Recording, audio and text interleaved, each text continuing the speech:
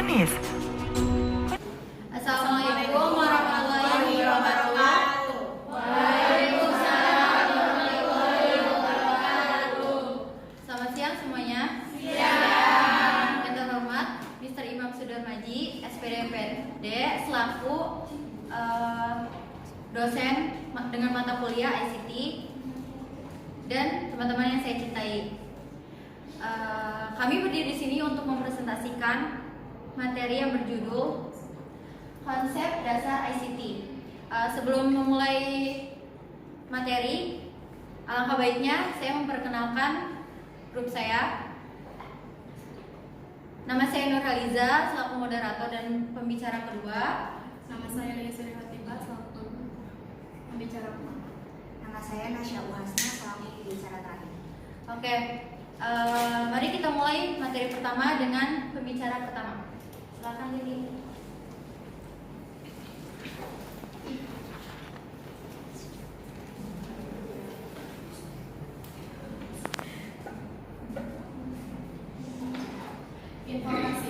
Informasi adalah sebuah pesan yang berbentuk ucapan atau ekspresi atau kumpulan data atau fakta yang telah melalui proses dan pengelolaan sedemikian rupa agar dapat dimengerti dengan mudah oleh penerimanya. Nah, yang slide kedua yaitu ada siklus informasi. Yang pertama yaitu data. Data adalah merupakan sebuah fakta yang belum dapat digunakan dengan maksimal sehingga perlu diolah lebih lanjut. Nah, yang kedua yaitu siklus informasi input, yaitu data-data yang diperoleh perlu diinput untuk segera ditindaklanjutkan ke dalam proses pengelolaan. Yang ketiga yaitu proses. Proses adalah data-data yang telah diinput melalui menggunakan suatu model tertentu. Dan yang keempat yaitu output. Output adalah data-data yang telah diolah melalui proses tertentu. Yang kelima yaitu penerima. Penerima adalah dalam proses ini penerima selanjutnya menerima informasi yang telah diolah pada proses sebelumnya. Yang dapat bisa disebut sebagai penerima adalah orang yang berkepentingan dengan informasi tersebut. Nah, yang keenam yaitu keputusan dan tindakan.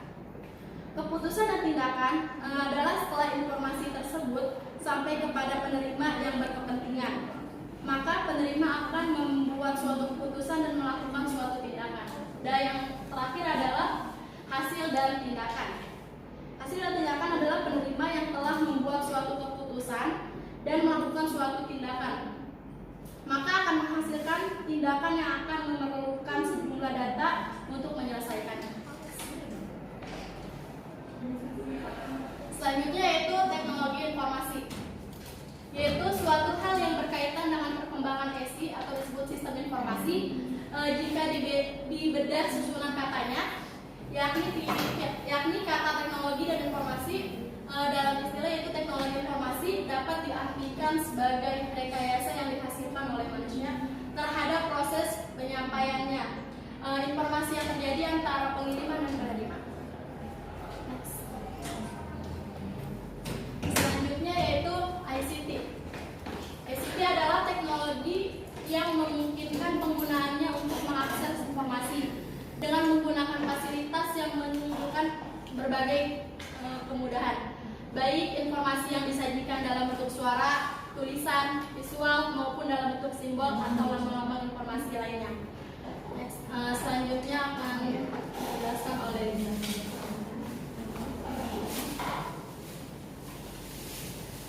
Oke, ICT mempunyai tujuan dan konsep.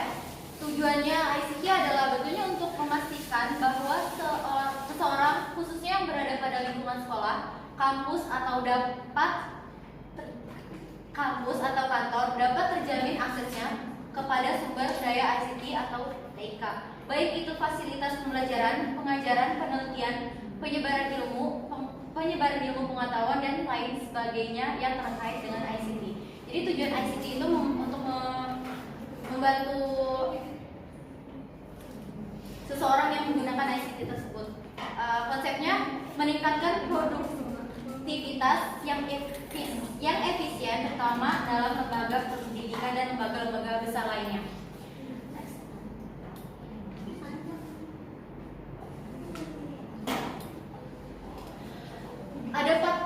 dalam sistem pendidikan berbasis TK atau ICT yang telah diidentifikasi oleh UNESCO. Yang pertama ada tahap emerging. Tahap emerging yaitu perguruan tinggi atau sekolah yang berada pada tahap awal. Jadi maksud dari tahap emerging itu perguruan tinggi atau sekolah itu mulai menyadari pentingnya itu ICT pentingnya ICT untuk sekolah tersebut atau perguruan tinggi tersebut. Yang kedua ada tahap applying, yaitu perguruan tinggi atau sekolah yang memiliki pemahaman baru akan kontribusi TK atau ICT dalam dunia pendidikan. Jadi tahap applying ini sekolah-sekolah atau perguruan tinggi mulai menerima itu adanya ICT tersebut di sekolah atau di perguruan tinggi tersebut. Yang ketiga ada tahap infusing, yaitu melibatkan kurikulum dengan mengintegrasikan TK atau ICT. Jadi tahap infusing tersebut itu tahap di mana ICT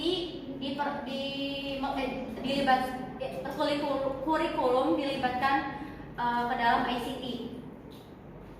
Yang keempat atau yang terakhir tahap transforming, yaitu perguruan tinggi atau sekolah telah memanfaatkan TIK dalam seluruh organisasi. Jadi semua organisasi yang ada di sekolah maupun di perguruan tinggi telah memanfaatkan atau telah memanfaatkan ICT tersebut. Oke, di sini ada fungsi ICT dalam dunia pendidikan. Yang pertama ada berfungsi sebagai alat. Dalam hal ini TK atau ICT digunakan sebagai alat bantu bagi pengguna atau mahasiswa untuk membantu dalam kegiatan pembelajaran. Yang kedua, sebagai ilmu pengetahuan. Yang ketiga, ada sebagai bahan dan alat bantu untuk pembelajaran. Yang terakhir, untuk memperkecil kesenjangan penguasaan teknologi mutakhir khususnya dalam dunia pendidikan. ICT memiliki manfaat dalam dunia pendidikan, yaitu yang pertama ada dapat memudahkan guru dan siswa dalam mencari alternatif sumber belajar. Yang kedua, dapat membantu siswa lebih paham akan materi yang telah dijelaskan oleh guru, apalagi guru menggunakan animasi atau gambar yang menarik perhatian siswa. Yang ketiga, dapat berlatih soal dengan memanfaatkan uji kompetensi. Yang keempat, cara belajar menjadi lebih efisien. Yang kelima, wawasan bertambah. Yang keenam, meringankan dalam membuat contoh soal. Yang ketujuh, mengetahui dan mengikuti perkembangan terkini tentang materi dan info-info lain yang berhubungan dengan bidang studi. Yang kedelapan, membantu siswa dalam mempelajari materi secara individual selain di sekolah. Yang terakhir, membantu siswa mengerti dan memahami ICT lebih jauh. Oke, selanjutnya akan dijelaskan oleh Nasya.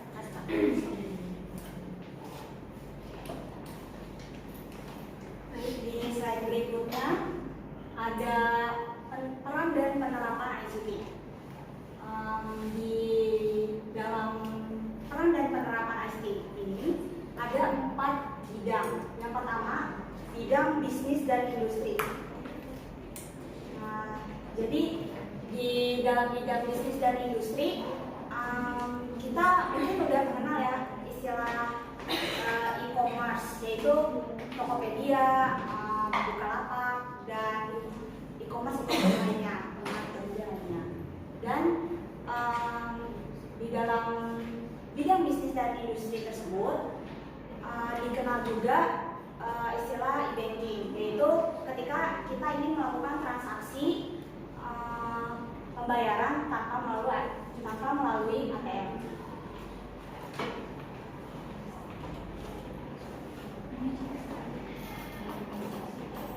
Dalam bidang pendidikan, bidang pendidikan pun telah menerapkan perkembangan teknologi pembelajaran dalam aplikasi dan penerapannya pada pembelajaran sehari-hari. Di bidang pendidikan akan kita temukan kombinasi dari penggunaan teknologi, misalkan dalam suatu pembelajaran bisa digunakan audio ataupun audio visual. Dalam bidang pendidikan, peran dan penerapan ICT adalah sebagai berikut. Yang pertama, ICT sebagai skill dan kompetensi. Penggunaan ICT harus seimbang. Kenapa? Karena peran dan pemanfaatannya harus dapat membaur kepada seluruh lapisan masyarakat. Namun penyebarannya harus disesuaikan dengan kemampuan masyarakat agar ICT dapat diterima dengan baik sebagai skill dan kompetensi. Yang kedua, sebagai infrastruktur pembelajaran. Tersedianya bahan ajar berupa bentuk digital dan terdapat istilah di mana disebutkan bahwa the network is the school, yang memiliki arti bahwa sekolah atau universitas merupakan sebuah jaringan di mana kita sebagai pengguna jaringan tersebut dapat belajar di mana saja dan kapan saja. Selanjutnya, ICT sebagai sumber bahan belajar. Ilmu pengetahuan berkembang dengan sangat pesat. Karena hal itulah, para pengajar hebat dapat tersebar di seluruh penjuru dunia. Selain itu, buku dan bahan ajar pun juga semakin berkembang agar dapat menyesuaikan dengan perkembangan zaman. Inovasi memerlukan kerjasama pikiran. Tanpa teknologi untuk mendapat sumber bahan pembelajaran yang terkini akan membutuhkan waktu yang lama. Selanjutnya, ICT sebagai alat bantu dan fasilitas pembelajaran. ICT juga bisa menjadi alat bantu yang dapat memfasilitasi pembelajaran. Sebagai contoh, misalnya seperti earphone yang dapat digunakan untuk pembelajaran listening dalam bahasa Inggris. Selanjutnya, ICT sebagai pendukung manajemen pembelajaran. Setiap individu memerlukan dukungan untuk belajar tanpa henti agar dapat menyelesaikan pembelajaran yang telah diberikan oleh pengajar dengan baik. ICT dapat berfungsi sebagai pendukung manajemen pembelajaran. Dikarenakan dengan teknologi secara proses yang akan dilaksanakan maupun yang belum terlaksana dalam pengelolaan pembelajaran dapat menjadi efektif apabila kita mengintegrasikannya dengan ICT. Selanjutnya, ICT sebagai sistem pendukung keputusan. ICT dapat menjadi pendukung keputusan yang baik karena dalam ICT terdapat algoritma yang dapat diandalkan untuk melakukan hal tersebut. Dalam peran dan penerapan ICT, selanjutnya ada bidang kesehatan.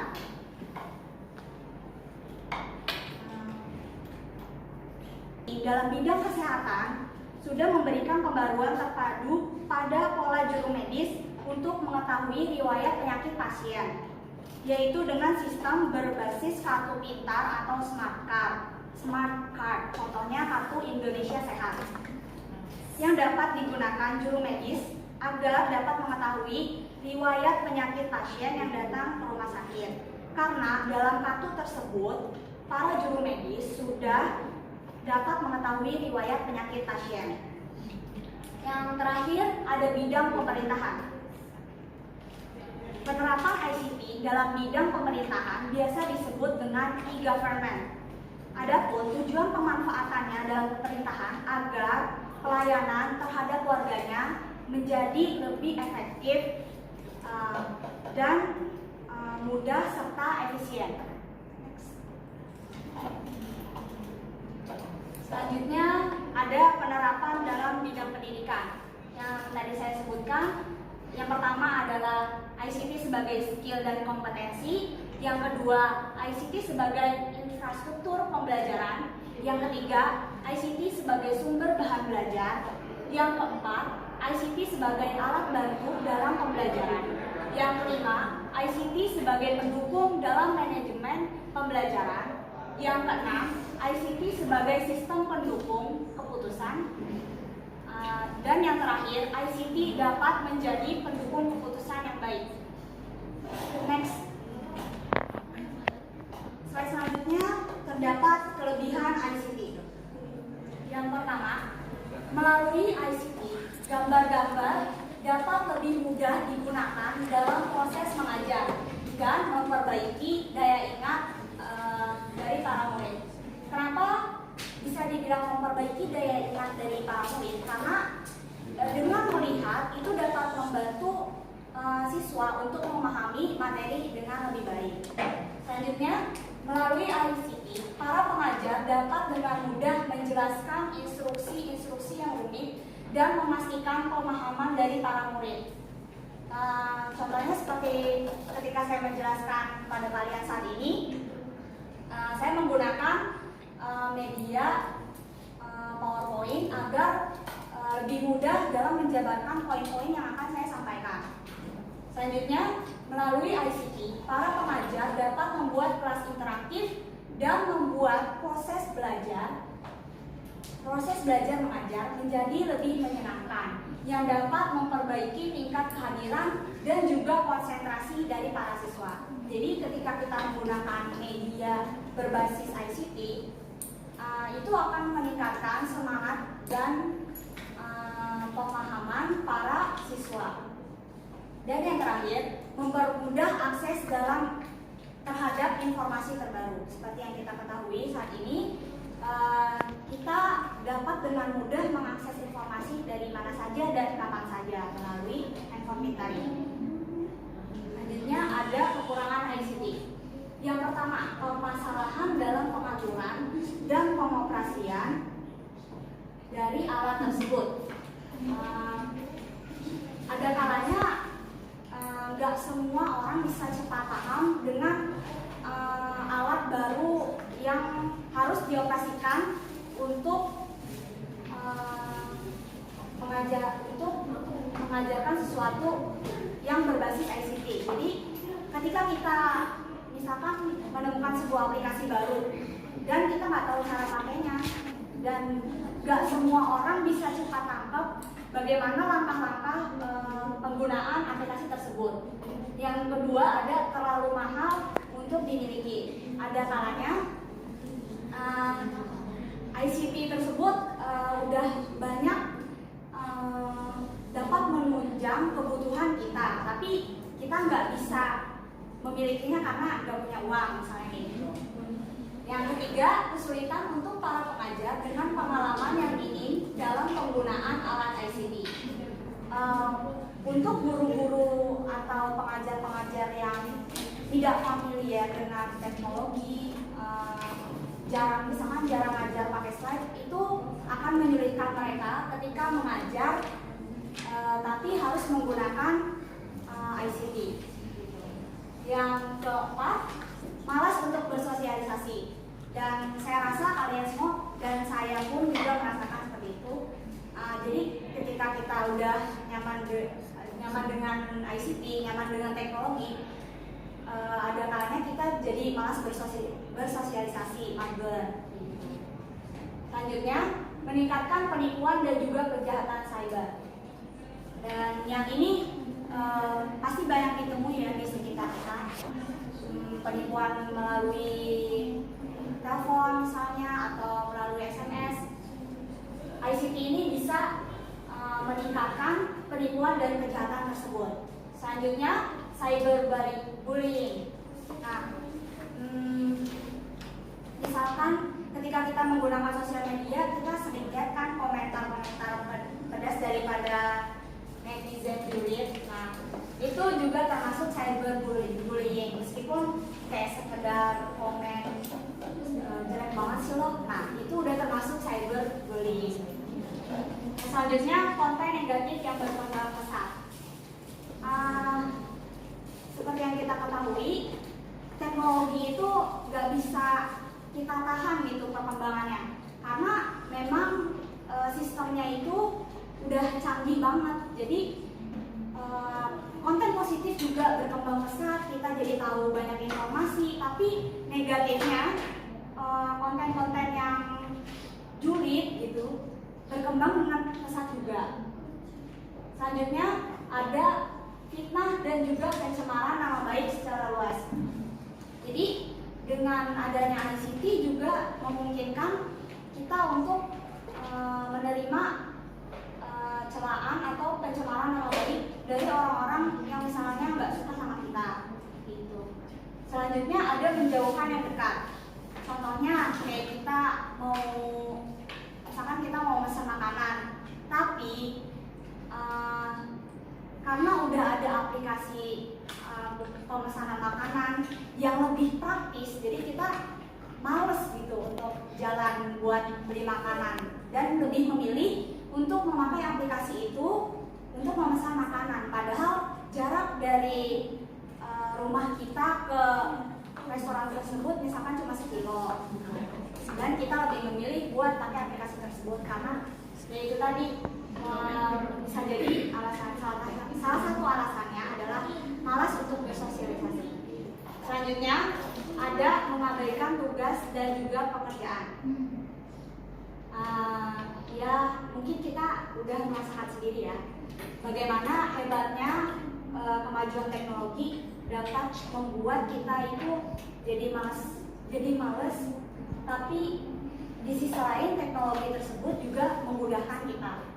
Selanjutnya membuang-buang waktu untuk hal yang tidak berguna, dan yang terakhir menurunnya prestasi belajar dan kemampuan bekerja seseorang. Dan yang terakhir ini ketika kita terlalu banyak menggunakan ICT tersebut untuk hal-hal yang tidak baik, bisa jadi kemampuan kita dalam memahami sesuatu itu berkurang gitu karena kita terlalu banyak melihat hal-hal yang tidak berguna. Next.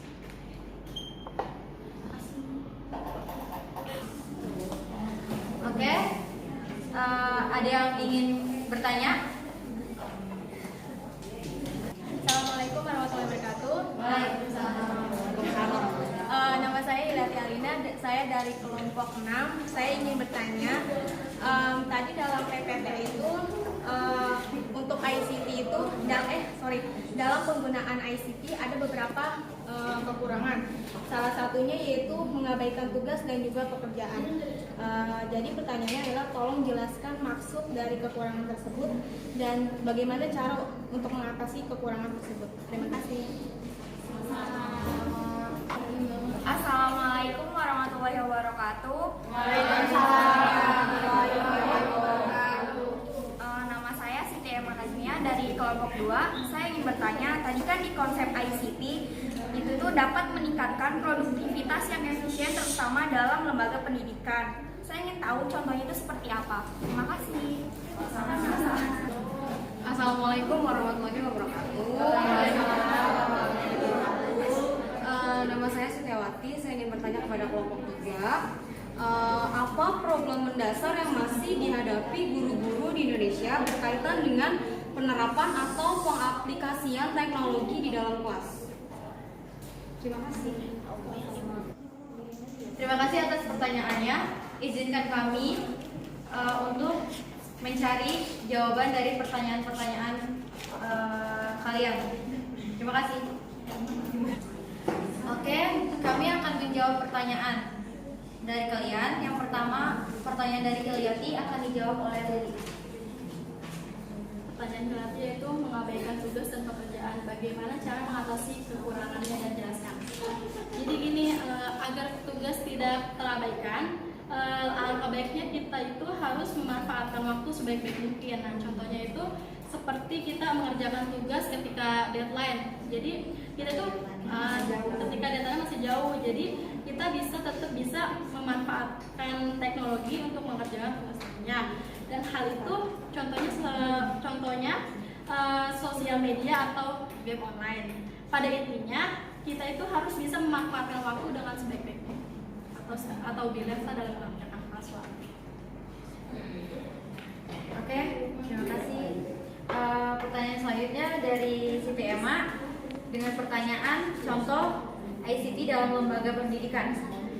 Contohnya itu kayak misalkan sekarang TU itu contohnya ini aja, pembayaran sekarang sudah online ya, itu kan memanfaatkan teknologi. Terus sekolah-sekolah juga sekarang rapor pun ada beberapa sekolah yang udah memakai rapor online ya, rapor online. Terus kayak mencari soal-soal dari internet itu juga teknologi, memanfaatkan teknologi dalam bidang pendidikan. terus mengerjakan atau mengumpulkan tugas, kayak contohnya kayak kita mengumpulkan tugas di Google Classroom seperti itu.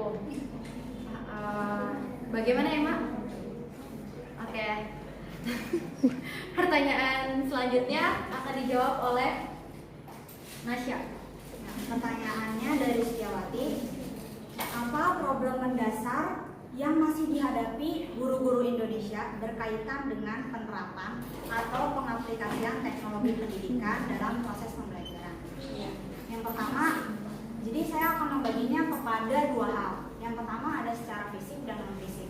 Secara fisik itu disebabkan oleh sarana dan prasarana yang belum memadai, terutama untuk sekolah-sekolah yang berada di pelosok. Kalaupun udah ada sarana dan prasarana, tapi jumlahnya masih minim. Nah, itu menyebabkan guru-guru yang mempunyai keinginan untuk mengajar dengan teknologi berbasis ICT belum bisa mengaplikasikan keinginannya tersebut karena kendala sarana dan prasarana.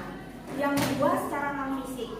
Pada intinya, secara non fisik ini sarana dan prasarananya sudah ada, tapi guru belum punya kepercayaan diri untuk menggunakan TIK dalam proses belajar mengajar. Dan ada lagi penyebabnya adalah kurangnya kompetensi guru. Jadi sarana dan prasarananya sudah ada, tapi guru belum bisa memahami sarana dan prasarana yang akan digunakan untuk mengajar tersebut. Jadi karena mereka belum paham, jadi nggak berani untuk mengajarin menggunakan ICT teknologi. Dan yang terakhir ada juga jadi guru merasa bahwa penggunaan TIK dalam proses belajar mengajar itu nggak ada tujuan yang jelas gitu. Jadi mereka karena sudah nyaman mengajar dengan teknik dan metode yang sama, jadi nggak melihat pengajaran berbasis TIK itu sebagai keuntungan dan lebih memilih untuk mengajar menggunakan metode yang lama. Seperti itu sih. Thank you, Nasya. Ada yang ingin menyanggah atau ingin bertanya lagi?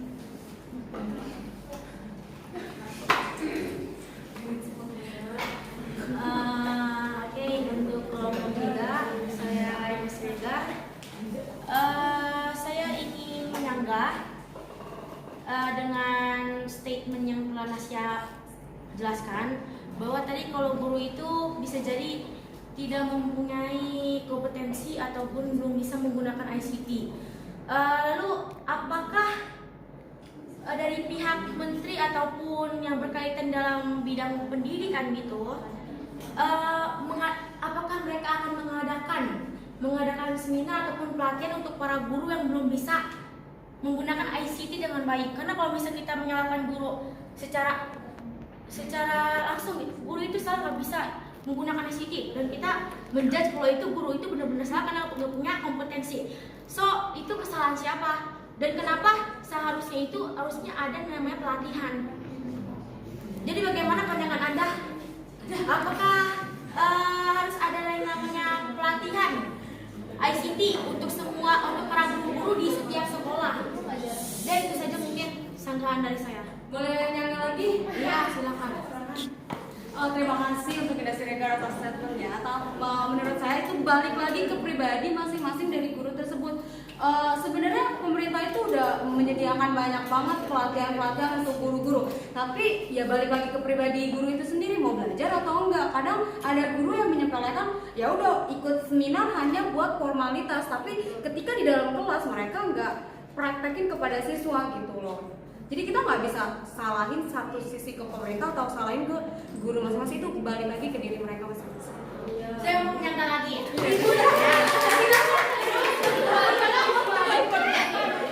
Nah, ini kan intinya tentang ini ya, tentang kemauan atau tidak kemauan seorang guru tersebut.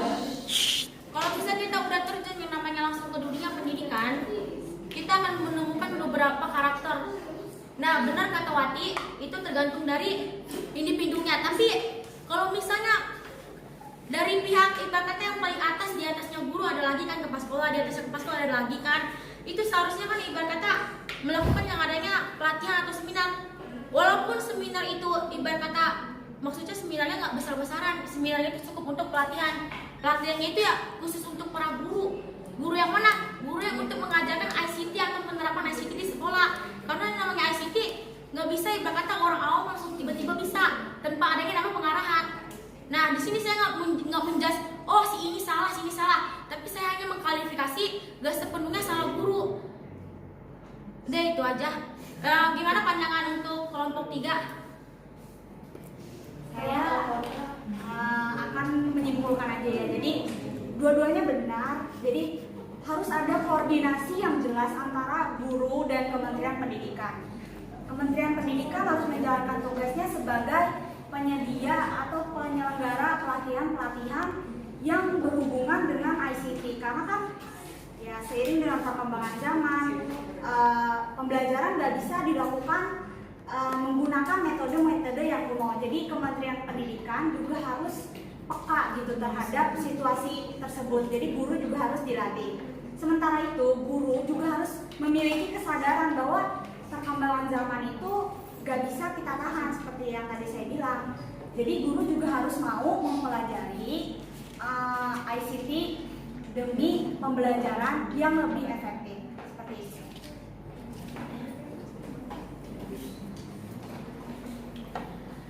Oke, terima kasih bagi kalian yang sudah menyanggah. Terima kasih juga atas perhatiannya. Kurang lebihnya mohon maaf. Wabillahi taufiq wal hidayah. Wassalamualaikum.